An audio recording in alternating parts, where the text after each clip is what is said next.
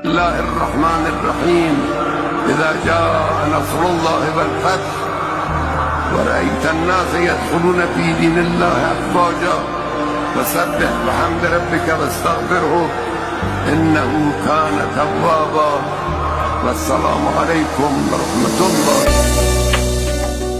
Ayatollah Ali Khamenei এক মানুষের গল্প, এক রাষ্ট্রের ছায়া। মাশহাদের সৌরগলিতে জন্ম নেয়া এক শান্ত স্বভাবের ধর্ম শিক্ষার্থী, যিনি নিজেই একসময় বলেছিলেন, আমি একজন ক্ষুদ্র মৌলভী। কিভাবে হয়ে উঠলেন আধুনিক ইরানের সবচেয়ে প্রভাবশালী ব্যক্তি?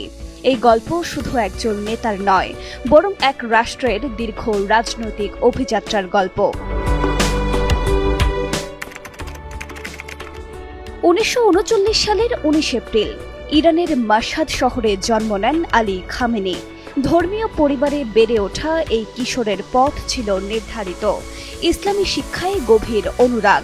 তিনি কম শহরে গিয়ে শিক্ষা গ্রহণ করেন এবং সময়ের প্রভাবশালী আলেমদের সান্নিধ্যে আসেন, বিশেষ করে আয়াতুল্লাহ রুহুল্লাহ খোমেনির। 60 ও 70-এর দশকে যখন শাহ শাসিত ইরান অস্থির, তখন তরুণ খামেনি গোপন আন্দোলনে জড়িয়ে পড়েন। শাহ মোহাম্মদ রেজা পাহলভির গোপন পুলিশ সাভাকের হাতে বারবার গ্রেফতার ও নির্যাতিত হন, কিন্তু তার রাজনৈতিক বিশ্বাস ভাঙেনি। 1979 সালে ইসলামী বিপ্লব সফল হলে খামেনি হয়ে ওঠেন নতুন রাষ্ট্রযন্ত্রের এক গুরুত্বপূর্ণ মুখ। 1981 সাল একটি মসজিদে বক্তৃতার সময় টেপ রেকর্ডারে লুকানো বোমা বিস্ফোরিত হয়। তিনি গুরুতর আহত হন, ডান হাত প্রায় অকেজো হয়ে যায়। অনেকে ভাবলেন তার রাজনৈতিক জীবন শেষ, কিন্তু কয়েক মাসের মধ্যেই প্রেসিডেন্ট নির্বাচনে জয়ী হয়ে তিনি ইরানের রাষ্ট্রপতি হন। যুদ্ধ বিধ্বস্ত ইরান তখন পুনর্গঠনের পথে, আর খামেনি রাষ্ট্রের মুখ। 1989 সালে খোমেনির মৃত্যু ইরানকে এক অনিশ্চয়তায় ফেলে। সম্ভাব্য উত্তরসূরি হিসেবে আলোচনায় ছিলেন অন্য আলেমরা, কিন্তু শেষ মুহূর্তে পরিবর্তন আসে।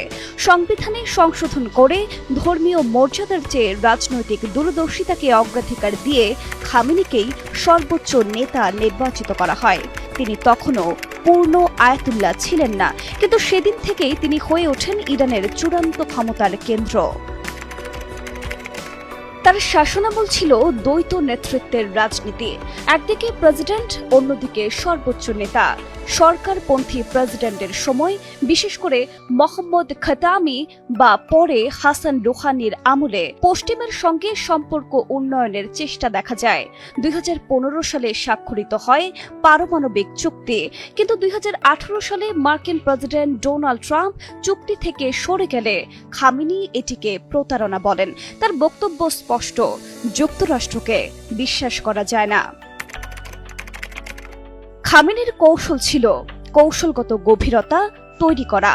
সিরিয়া, লেবানন, ইরাক ও ইয়েমেনে ইরানের প্রভাব বাড়াতে তিনি সমর্থন দেন বিভিন্ন মিত্র গোষ্ঠীকে। এই নেটওয়ার্ককে বলা হয় প্রতিরোধ অক্ষ।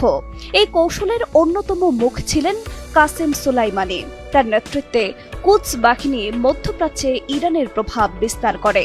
2024 সালের 13 এপ্রিল ইরান সরাসরি ইসরায়েলের ভেতরে ড্রোন ও ক্ষেপণাস্ত্র হামলা চালায়, যা ছিল ছায়া যুদ্ধের প্রকাশ্য রূপ। খামেনির কঠোর প্রতিরোধ নীতির এক নাটকীয় প্রকাশ।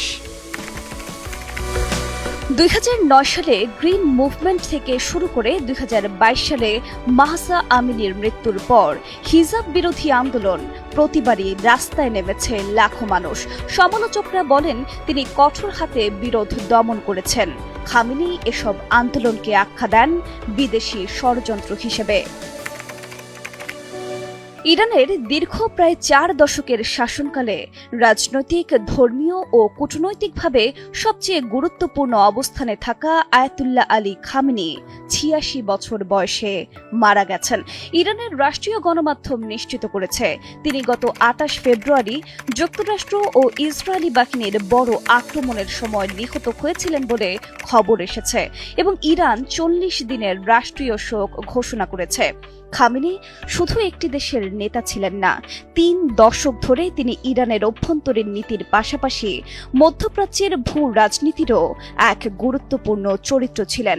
তার শাসনামল ছিল কঠোর প্রতিরোধ নীতি, অর্থনৈতিক সংকট, ভেতরের আন্দোলন দমন এবং পশ্চিমা শক্তিগুলোর সঙ্গে দীর্ঘদিনের টানাপোড়েনের গল্প। তার মৃত্যু একটি রাজনৈতিক যুগের সমাপ্তির নিদর্শন হতে পারে। দেশটির ভবিষ্যৎ নেতৃত্ব কে হবেন, রাজনৈতিক কাঠামো কেমন বদলাবে এবং মধ্যপ্রাচ্যে শক্তির ভারসাম্য কিভাবে পরিবর্তিত হবে, এগুলো এখন আন্তর্জাতিক কূটনীতি ও অভ্যন্তরীণ ইরানি রাজনীতির বড় চ্যালেঞ্জ হয়ে দাঁড়িয়েছে।